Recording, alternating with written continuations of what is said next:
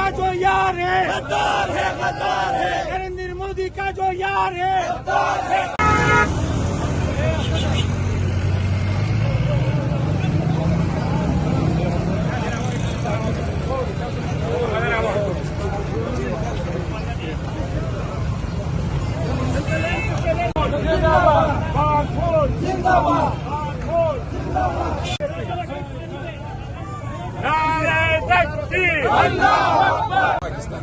इंशाअल्लाह ये हमारी मुहिब्बुल वतनी की पाक फौज जिंदाबाद, पाक फौज जिंदाबाद, पाक फौज जिंदाबाद, पाक फौज जिंदाबाद। इसके अलावा जो ये नरेंद्र मोदी जिसे गुजरात का कसाई भी कहते हैं, इसके बारे में भी थोड़ा सा आपको बताऊं। ये आरएसएस और हिंदुत्व से मुतासिर एक जहनी मरीज है जो इस खित्ते में हर वक्त बदमनी चाहता है। अल्हम्दुलिल्लाह पाकिस्तान का अगर आप उसकी खारिजा पॉलिसी देखें, हमारी खारिजा पॉलिसी में ऐसी कोई जारियत नहीं है, कोई भी एग्रेशन नहीं है, हम दहशतगर्द नहीं है, दहशतगर्दी को हम डिस्करेज करते हैं। पाकिस्तान एक पुरअमन मुल्क है, लेकिन हम अपनी बका की जंग लड़ना जानते हैं।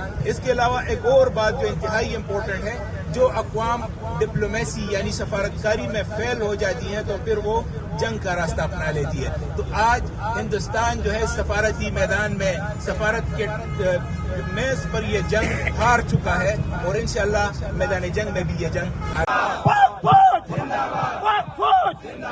دغه چې غواو دا ناره به انشاءالله تعالی موږ په دې په دلی په اثر به وو او مودي څه شی دی؟ مودي هیڅ نه دی، سپی سړی دی او سپی به وي انشاءالله تعالی موږ سره د کلمې تکبیر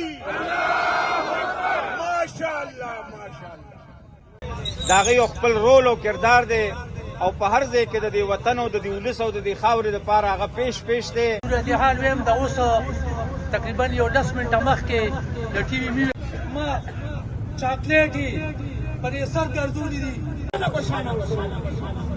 ورونو ټول اختلافات ختم چې ناره تکبیر الله اکبر اواز تاسو به انشاءالله پسند سترګو ته تیار تاسو تیار یې इंशाअल्लाह।